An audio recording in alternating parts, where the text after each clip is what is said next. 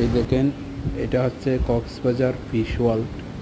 আমি যখন ঘুরতে গেছি, পুরো পুরো ফিশ ওয়ার্ল্ডটা ঘুরতে আমার অনেক সময় লাগছে। দেখেন এখানে সমুদ্রের সব সম্পূর্ণ জীবিত মাছগুলা, জীবিত মাছ আছে। এই যে দেখেন, হাঙ্গর হতে ধরে সব জাতেরই মাছ এখানে দেখা যায়।